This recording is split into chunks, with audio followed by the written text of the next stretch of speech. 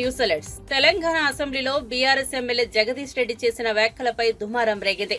తొలుత జగదీష్ రెడ్డి స్పీకర్ను ఉద్దేశించి ఈ సభ అందరిది, సభ్యులందరికీ సమాన అవకాశాలు ఉన్నాయి. మా అందరి తరపున పెద్ద మనిషిగా స్పీకర్గా మీరు కూర్చున్నారు. ఈ సభ మీ సొంతం కాదు అని వ్యాఖ్యానించారు. జగదీష్ రెడ్డి చేసిన వ్యాఖ్యలపై కాంగ్రెస్ సభ్యులు అభ్యంతరం తెలిపారు. స్పీకర్ను దూషించేలా ఆయన మాట్లాడారని మంత్రి శ్రీధర్ బాబు మండిపడ్డారు. ఆయన అహంకారంతో మాట్లాడకుండా క్షమాపణ చెప్పాల్సిందేనని డిమాండ్ చేశారు. దాన్ని తేల్చండి, సభలో ఉండమంటే ఉంటా, పొమ్మంటే పత్త అధ్యక్ష. నేను రాష్ట్రపతి అందరూ చూస్తున్నాను అధ్యక్ష, రాష్ట్రపతి అందరూ చూస్తున్నాను అధ్యక్ష. అధ్యక్ష, వారు గతంలో మంత్రిగా చేసిన వారు, అనుభవం ఉన్న వ్యక్తి జగదీశ్వర్ రెడ్డి గారు ఈ విధంగా ప్రస్తావన తీసుకొచ్చి స్పీకర్ గారిని బెదిరించే మాట మాట్లాడకుండా ఉంటే బాగుంటుంది అధ్యక్ష. తప్పకుండా వారు వాపసు తీసుకోవాలి. ఖచ్చితంగా కూడా బెదిరించడం జరుగుతూ ఉంది అధ్యక్ష. చైర్ను బెదిరించడం జరుగుతూ ఉన్న సందర్భం ప్రత్యక్షంగా మొత్తం యావత్ రాష్ట్రానికి సంబంధించిన ప్రజలందరూ కూడా చూస్తూ ఉన్నారు. దయచేసి కోరుతా ఉన్నాం, that is not the way. Srinivas Yadav గారు 2 విషయాలు చెప్పారు, మేము విన్నాము. మళ్ళీ అదే ప్రస్తావన తీసుకొచ్చి ఈరోజు వారు చెప్తా ఉన్నారు అధ్యక్ష. గవర్నర్కు సంబంధించిన ప్రసంగానికి సంబంధించి ఏదో మాట్లాడినారు, ఆర్టిఫిషియల్ ఇంటెలిజెన్స్ అన్నారు, ఇంకేదో అన్నారు, ఇంకా విన్నాం. దానికి కూడా సమాధానం చెప్తాం, దానికి ఏం ప్రస్తావన లేదు. తిరిగి తీసుకొచ్చి గవర్నర్ ప్రసంగమే విషయంలో అనేక సందర్భాల్లో వారు చెప్పుకుంటూ పోయి 10 నిమిషాల తర్వాత ప్రసంగానికి సంబంధించిన అంశం మాట్లాడుకోక మా మంత్రి గారు కానీ మా సభ్యులు కానీ స్పందించడం జరిగింది. ఈరోజు వారు కంపారిజన్ తీసుకొస్తా ఉంటే సంవత్సరంలో మేమేం చేసినాం, 10 సంవత్సరాల్లో ఏం చేయలేకపోయినారో చెప్పింది తప్ప దీంట్లో వాస్తవికంగా వారిని ఏదో కార్నర్ చేయాలనో మమ్మల్ని ఏదో అన్నారని కాదు. దయచేసి నేను గౌరవ జగదీశ్వర్ రెడ్డి గారికి తెలియజేస్తా ఉన్నాం, తెలియంది కాదు. గవర్నర్ ప్రసంగానికి సంబంధించి మీరున్నది అనుభవం ఉంది, మీకు మంత్రిగా చేసిండ్రు, ఈ విధంగా చేస్తే బాగుంటుందని చెప్పండి. మేము సాధారణంగా స్వీకరించడానికి పెద్ద హృదయంతో ఉన్నాం. కానీ ప్రతి అంశాన్ని కూడా ఇది చేయలే, అది చేయలే, సంవత్సర కాలంలో ఏం చేయలేస్తారు, ప్రభుత్వం ఏం చేయదలుచుకున్నది, ఏం చేయగల సత్తా ఉన్నది చూపెట్టిన అధ్యక్ష. 14 నెలలలో మేం చేసిన ప్రతి సంక్షేమ కార్యక్రమం విషయంలో వారు 2014 నుంచి 2015 వరకు ఏం చేయలేకపోయినరో 1 సంవత్సర కాలంలో నిలబెట్టి రాష్ట్ర ప్రజలకు తెలియజేసినాం. మేము ఖచ్చితంగా చెప్పదలుచుకున్నాం అధ్యక్ష. నేను దయచేసి ఈరోజు కూడా చెప్తా ఉన్నాం అధ్యక్ష, వారికంతా అనుభవం ఉంది. ఉన్న సందర్భంలో ఆ అనుభవాన్ని కూడా షేర్ చేసే ప్రయత్నం ఆంధ్రప్రదేశ్లోని వర్సిటీల్లో తప్పు చేయాలంటేనే భయపడేలా కూటమి ప్రభుత్వం చర్యలు ఉంటాయని మంత్రి నారా లోకేష్ అన్నారు. ఆంధ్ర యూనివర్సిటీ అక్రమాలపై అసెంబ్లీ ప్రశ్నోత్తరాల్లో చర్చ జరిగింది. వైఎస్ఆర్సీపీ ప్రభుత్వ హయాంలో అనేక అక్రమాలు జరిగాయని టీడీపీ, బీజేపీ, జనసేన ఎమ్మెల్యేలు సభ దృష్టికి తీసుకొచ్చారు. అనంతరం మంత్రి లోకేష్ సమాధానమిస్తూ ఏయూలో అక్రమాలపై విజిలెన్స్ విచారణ జరిపిస్తామని స్పష్టం చేశారు. ఇన్ఛార్జి వీసీ ఇప్పటికే విచారణకు ఆదేశించారన్నారు. ఆ విచారణ నివేదిక రాగానే కఠిన చర్యలు తీసుకుంటామని మంత్రి తెలిపారు.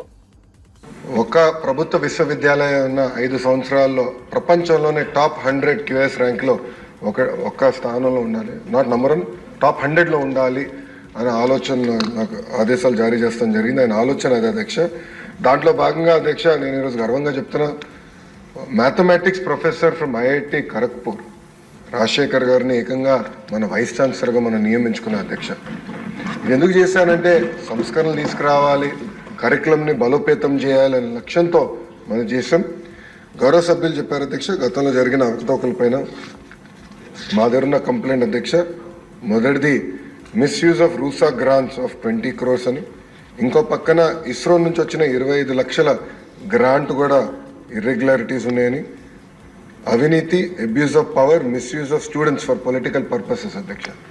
ఇది గతంలో చూసాం. మాజీ ముఖ్యమంత్రి గారు ఎప్పుడైనా విశాఖపట్నంకి వెళ్తే క్లాస్లో ఉన్న పిల్లలు క్లాస్ ఆపేసి రోడ్ పైకి తీసుకొచ్చి ఏదో స్వాగతం పలకాలి, పూలు వేయాలని చెప్పే పరిస్థితి కూడా చూసాం అధ్యక్ష. అదేంది illegal appointment of registrar of Andhra university జరిగింది. Examination centres were chosen by collecting bribes from colleges for distance education. ఇంకో పక్కన illegal appointments. VC violated the constitution and campaigned for the party in direct elections in favor of ruling party. Continuing the retired professors as principals against the rules of the university. ఇంకో పక్కన అధ్యక్ష irregularities violations against the norms and act provisions. అంటే ఇట్లా అనేక complaints వచ్చినాయి. గౌరవ సభ్యులు అడిగారు, గతంలో కూడా మీరు చెప్పారు ఏమైందని. అధ్యక్ష ఇన్ఛార్జ్ వైస్ ఛాన్సలర్ గారు ఒక కమిటీ నియమించారు. ఆ కమిటీ ద్వారా రిపోర్ట్ ఇవ్వాలని వాళ్ళు అడుగుతాం జరిగింది అధ్యక్ష. అందుకే గౌరవ సభ్యులు అడిగారు ఈరోజు ఎట్టి పరిస్థితుల్లో మీరు విజిలెన్స్ ఎంక్వైరీ చేయాలని. ఇది హౌస్ రిక్వెస్ట్ కనుక తప్పనిసరిగా 60 రోజులు అంటే టైం బౌండ్ పెట్టమని అందరు కోరారు. 60 రోజులు విజిలెన్స్ ఎంక్వైరీ పూర్తి చేసి తిరిగి ప్రభుత్వానికి పంపించాలని గౌరవ హౌస్ తరఫున ఆదేశాలు జారీ చేసి ఆ రిపోర్ట్ మళ్ళీ తిరిగి గౌరవ సభ్యులకు అందించే బాధ్యత ఒక మంత్రిగా నేను తీసుకుంటాను. రిపోర్ట్ వచ్చిన వెంటనే తప్పనిసరిగా కఠినంగా వ్యవహరిస్తాం, ఎవరిని ఉపేక్షించేది లేదని గౌరవ సభ్యులు తెలుపుకుంటూ గణబాబు గారు కూడా చెప్పారు ఒక మంచి మాట. ఇంకొకసారి నియోజకవర్గాల పునర్విభజనతో వాటిల్లే నష్టాలపై చర్చించేందుకు ఉద్దేశించిన సమావేశానికి రావాలని తెలంగాణ ముఖ్యమంత్రి రేవంత్ రెడ్డిని తమిళనాడు సీఎం స్టాలిన్ ఆహ్వానించారు. ఈ మేరకు ఢిల్లీలో రేవంత్ రెడ్డిని తమిళనాడు మంత్రి టీకే నెహ్రూ సహా పలువురు ఎంపీలు కలిశారు. ఈ నెల 22న స్టాలిన్ ఏర్పాటు చేసిన సమావేశానికి హాజరు కావాలని కోరారు.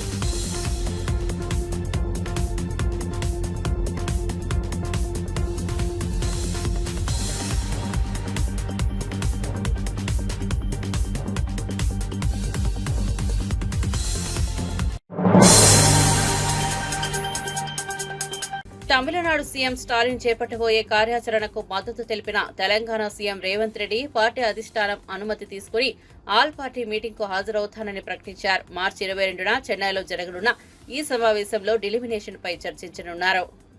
తమిళనాడు ముఖ్యమంత్రి స్టాలిన్ గారు భారతీయ జనతా పార్టీ కేంద్ర ప్రభుత్వం జాతీయ స్థాయిలో పార్లమెంట్ నియోజకవర్గాల పునర్విభజన పేరుతో దక్షిణాది రాష్ట్రాల మీద పన్నుతున్న కుట్రను తిప్పికొట్టడానికి ఈ నెల 22 తారీఖు నాడు చెన్నైలో సమావేశాన్ని ఏర్పాటు చేయడం జరిగింది. ఆ సమావేశానికి సంబంధించి తెలంగాణ రాష్ట్ర ముఖ్యమంత్రిగా నన్ను ఆహ్వానించడానికి ఈరోజు తమిళనాడు మంత్రివర్గ సభ్యులు నెహ్రూ గారు, పార్లమెంట్ సభ్యులు కన్మోజీ గారు, మాజీ కేంద్ర మంత్రివర్యులు ఏ రాజా గారు, ఇతర మంత్రులు, రాష్ట్ర స్థాయి నాయకులను ఒక బృందంగా ఈరోజు ఆహ్వానించడానికి పంపించడం జరిగింది. 22 తారీఖు నాడు దేశ స్థాయిలో పార్లమెంట్ నియోజకవర్గాల పునర్విభజన మీద ఒక సమావేశాన్ని ఏర్పాటు చేసి దానికి రమ్మన్నారు. ఆ సమావేశంలో దక్షిణాది రాష్ట్రాలకు జరుగుతున్న నష్టం మీద చర్చించి భవిష్యత్ కార్యాచరణ నిర్ణయించడానికి వారు ఆహ్వానించారు. తప్పకుండా కాంగ్రెస్ పార్టీ ఏఐసిసి నాయకత్వంతో మాట్లాడి ఈ సమావేశానికి హాజరయ్యి దక్షిణాది రాష్ట్రాల మీద కేంద్ర ప్రభుత్వం పన్నుతున్న కుట్రను తిప్పికొట్టడానికి అవసరమైన కార్యాచరణను మేము చేపట్టడం జరుగుతుంది. ఈ సమావేశానికి పార్టీ అనుమతి తీసుకున్న తర్వాత హాజరయ్యి ఈ సమావేశంలో దక్షిణాది రాష్ట్రాలకు జరుగుతున్న నష్టం మీద చర్చించి నిర్ణయాలు తీసుకోవడం జరుగుతుంది. తెలంగాణ సీనియర్ నేత మాజీ మంత్రి Nagam Janardhan Reddy AP assembly CM ఛాంబర్లో సీఎం చంద్రబాబును కలిశారు. నాగం ఆదరణగా పలకరించిన చంద్రబాబు ఎలా ఉన్నారు, ఆరోగ్యం బాగుందా అంటూ విచారణ చేశారు. గతంలో టీడీపీలో కీలక నేతగా ఉన్న నాగం చంద్రబాబును 4వ సీఎం కావడం సంతోషంగా ఉందని అభిప్రాయపడ్డారు.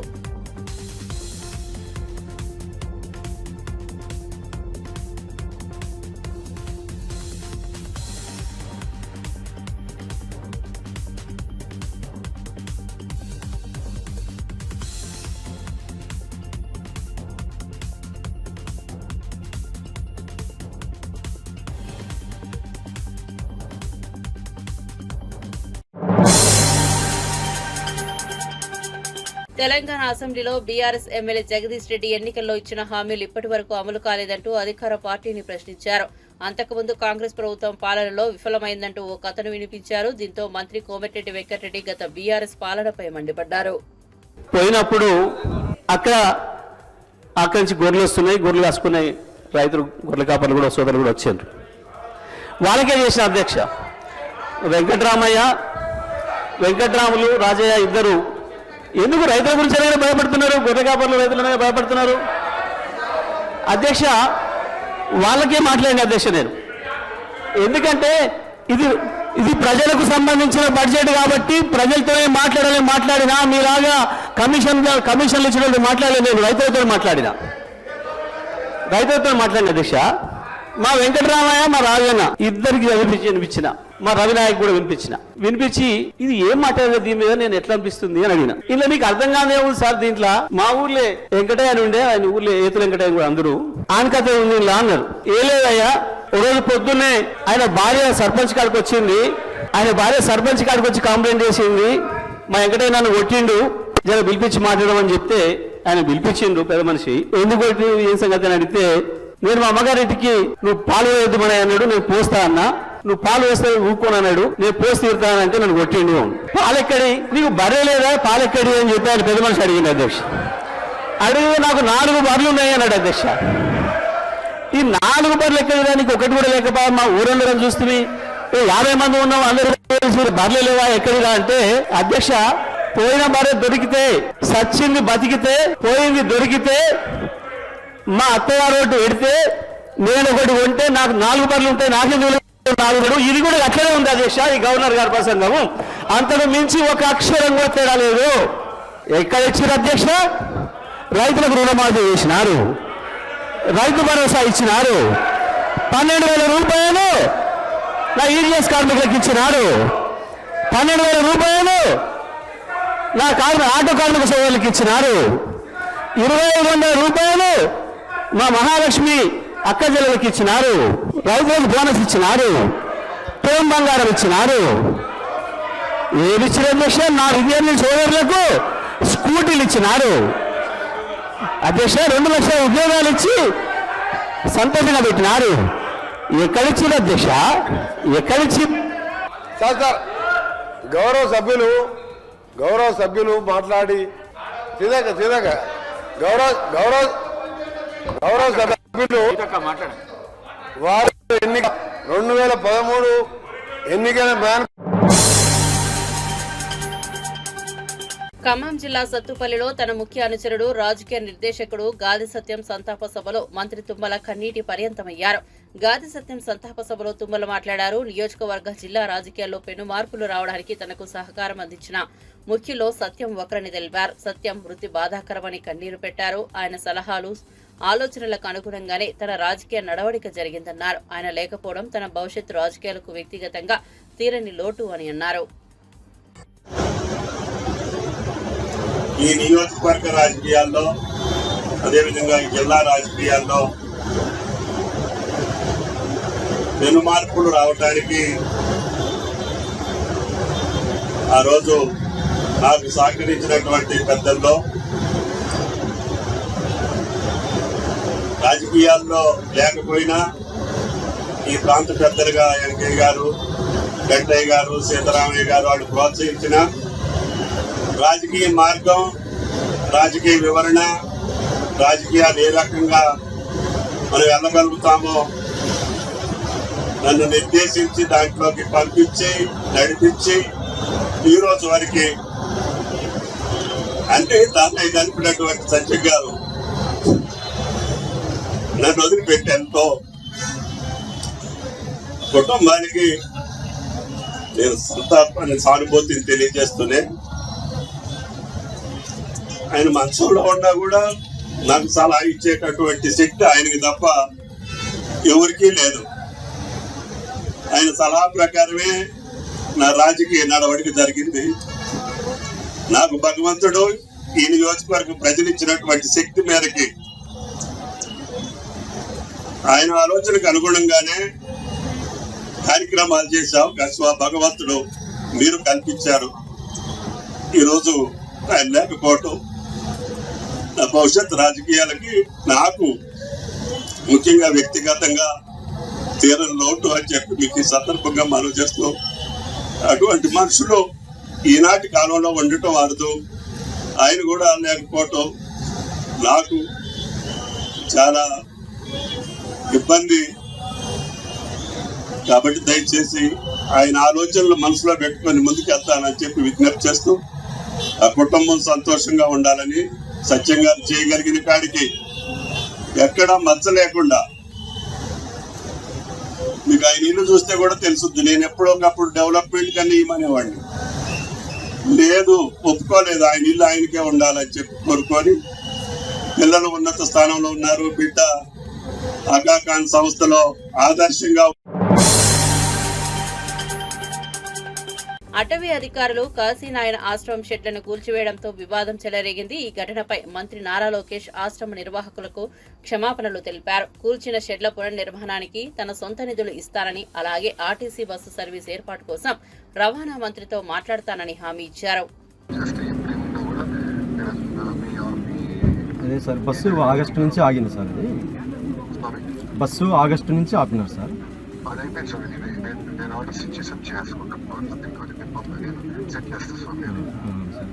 అదే సార్ అదే సార్, నాయన గారు 95లో స్వామి సమాధి అయ్యారు, కాశీనాయన గారు. ఈయన మన యొక్క సిరిడిన సాయినాథన్ లాగా ఈయన గొప్ప మహనీయుడు మా యొక్క ఏరియాలో. నాయన గారు ఎన్నో వందల ఆశ్రమాలు ఉన్నాయి. నాయన గారు వచ్చిన తర్వాతని ఈ అన్నదానం అనేటువంటిది తెలిపాడు. ఫస్ట్ తాతగారికి కూడా ఆ యొక్క తిరుపతిలో అన్నదానం చేయమని కూడా నాయన గారు చెప్పడమే అది. ఎందుకంటే స్వామి ఆయన ఈ యొక్క హైదరాబాద్ కానీ ఈ మొత్తం ఈ రాయలసీమ ఈ తెలంగాణ ఎన్ని ఏరియాలన్నీ బాగా తిరుగుతుండేవాడు ఆయన. కాబట్టి స్వామివారికి నాయన గారు 95లో ఇక్కడ జ్యోతి క్షేత్రంలో సమాధి అయినారు. ఆ సమాధి అయినప్పటి నుంచి ఈ 4 రాష్ట్రాల్లో ఉన్నటువంటి భక్తులందరూ లక్షలాది మంది స్వామివారి దర్శనానికి వస్తూ ఉంటారు. ఆయన ఆరాధన కూడా డిసెంబర్లో జరుగుతుంది సార్. దత్తపౌర్ణమిలో స్వామి సమాధి అయ్యారు. ఈ యొక్క జ్యోతి క్షేత్రంలో పూర్వం గొప్పగా జరిగినట్టు సార్. ఇక్కడ అన్నపూర్ణేశ్వరి స్వామి విగ్రహ స్వరూపంలో ఆయన ప్రత్యక్షమైంది. ఆయన తవ్వించిన తర్వాత అమ్మవారు అన్నపూర్ణేశ్వరి ఆమె నరసింహస్వామి దగ్గర పెట్టేసి అక్కడి నుంచి ఈ యొక్క బయటికి బయలుదేరి ఈ ప్రాంతాలన్నింటిలో అన్నదానం చేయలేను, అన్నదానం గొప్ప అన్నదానకని ఆయన పోయి ఈ యొక్క ఆశ్రమంలో కానీ క్షేత్రంలో కానీ ఆయన పాదం పెట్టి ఇక్కడ అన్నదానం చేస్తే జరుగుతుంది అని చెప్పి అట్లా భక్తులందరికీ ఉత్తేజం తెలుపుతూ మా భక్తుల మనోవేదన అటువంటిది తీర్చుకుంటూ వాళ్ళ కోరికలు నెరవేర్చుకుంటూ స్వామి ఈ యొక్క రాయలసీమ కానీ ఈ 4 రాష్ట్రాలలో ఆయన ముఖ్యమైనటువంటి వాళ్ళు కానీ ఎవరన్నా కానీ తనకే తను వచ్చి వాళ్ళకి దర్శనం ఇస్తూ ఉండేవాడు స్వామి. కాబట్టి సార్ ఇక్కడ వీరారెడ్డి గారి టైంలో సార్, ఇక్కడ వీరారెడ్డి గారి టైంలో రోడ్డు వేయడం కానీ కరెంటు ఇవ్వడం కానీ కాశీనాయన మండలి పెట్టినది కూడా నాయన గారి టైంలో మన చంద్రబాబు నాయన గారి టైంలోనే ఈ మొత్తం అన్ని జరగడం కూడా ఆ యొక్క క్షేత్రానికి కరెంటు కానీ రోడ్డు కానీ మండలం కానీ అభివృద్ధి పని అంతా కూడా మీ టైంలోనే జరిగింది. కాబట్టి ఇప్పుడు ఏమైందంటే ఈ 29 సంవత్సరాలలో ఎదురు లేకుండా లక్షలాది మంది దర్శనం చేసుకుంటూ అన్నదానాలు గొప్పగా ఆయన కార్యక్రమాలు జరుగుతూ ఇటీవల ఫారెస్ట్ కొంత మాకు పర్మిషన్ లేదు, దీని మీద ఇబ్బంది కలుగుతా ఉన్నప్పుడు మేము దానికి తగిన ఒక 50 ఎకరాలు సబ్మిట్ చేసి ఫైల్ ఢిల్లీలో పంపించినాం సార్. అది ఈ లోకల్ మా యొక్క ఇన్ఛార్జి నితీష్ రెడ్డి గారు మా లోకల్ నాయకులు అందరూ కలిసి దీని మీద బాగా శ్రద్ధ పెట్టేసి కాశీనాయన గారి ఆశ్రమాన్ని తిరిగి మనం కాపాడుకోవాలనేటువంటి అందరూ ఉద్దేశము. తరువాతి ఉండే భక్తులు వేలాది మంది కూడా లక్షలాది మంది కూడా ఆయన యొక్క సమాధి సంస్థానాన్ని మనం కాపాడుకోవాలనేటువంటి సంపూర్ణ భావంతో మేము కార్యక్రమం చేసి ఫైల్ కూడా ఢిల్లీకి పంపిస్తున్నారు సార్ మా వాళ్ళు లోకల్ వాళ్ళందరూ కలిసి. దీనికి మాకు న్యాయం చేసి ఈ యొక్క క్షేత్రానికి పర్మిషన్ తీసుకొచ్చే బాధ్యత మీదే సార్. ఇది అది నేను వర్కౌట్ చేస్తున్నాను, నేను పర్సనల్గా అది వర్కౌట్ చేస్తున్నాను స్వామి.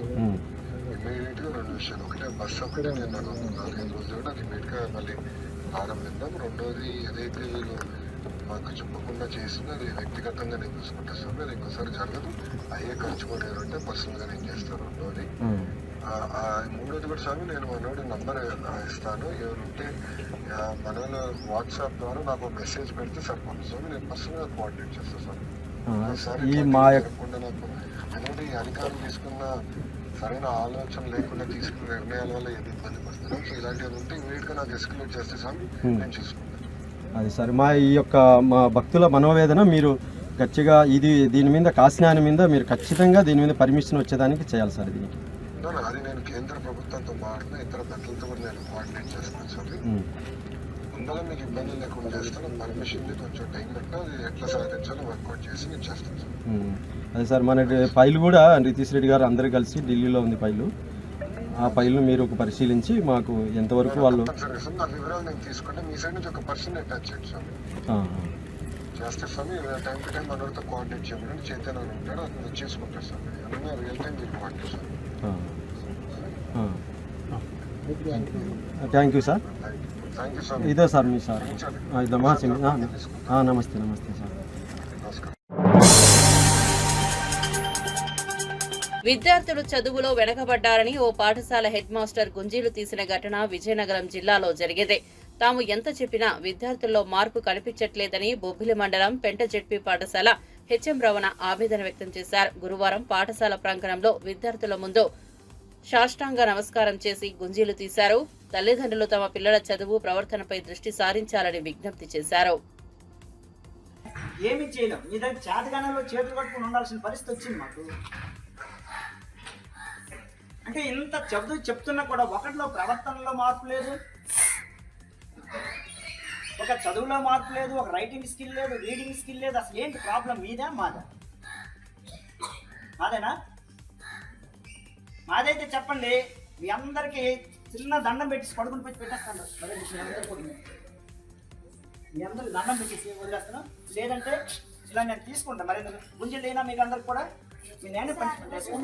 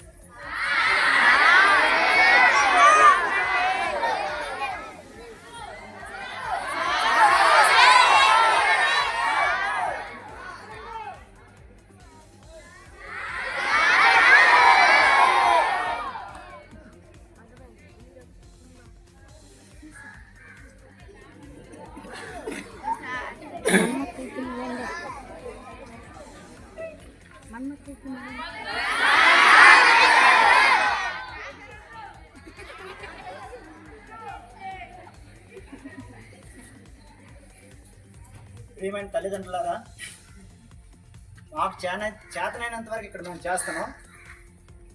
మీ పిల్లల్ని మీరు కనీసం కంట్రోల్ పెట్టకపోతే మీరు స్కూల్కి పంపించడం వృధా అవుతుంది. ఎందుకంటే ఇక్కడ మా ఉపాధ్యాయులు మేము ఎంత కష్టపడి పనిచేసినా కూడా ఎలాంటి ప్రయోజనం ఉండదు.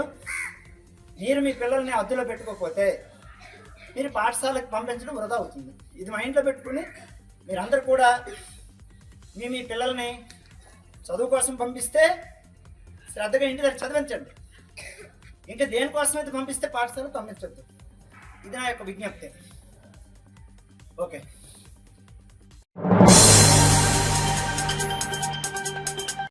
ఇంటర్మీడియట్ విద్యలో సంస్కరణలకు శ్రీకారం చుడుతూ మ్యాథ్స్ ఏబీని ఒకే సబ్జెక్టుగా, బాటనీ, జువాలజీని కలిపి ఒకే సబ్జెక్టుగా మారుస్తున్నట్లు ప్రభుత్వం ప్రకటించింది. అలాగే ఫిబ్రవరి చివరి వారం నుంచే ఇంటర్ పరీక్షలు నిర్వహించాలని నిర్ణయించారు. జూనియర్ కాలేజీల్లో ఎంబైపీసీ కోర్సుకు అనుమతించారు. ఈ కీలక నిర్ణయాలు మంత్రి లోకేష్ అధ్యక్షతన జరిగిన ఇంటర్మీడియట్ బోర్డు సమావేశంలో తీసుకున్నారు.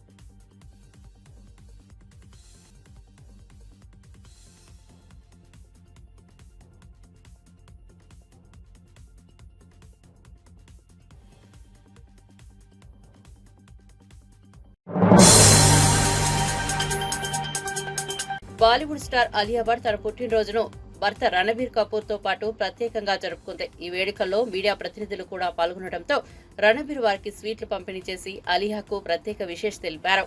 ఈ సర్ప్రైజ్ సెలబ్రేషన్ కు సంబంధించిన ఫోటోలు, వీడియోలు సోషల్ మీడియాలో వైరల్ అవుతున్నాయి.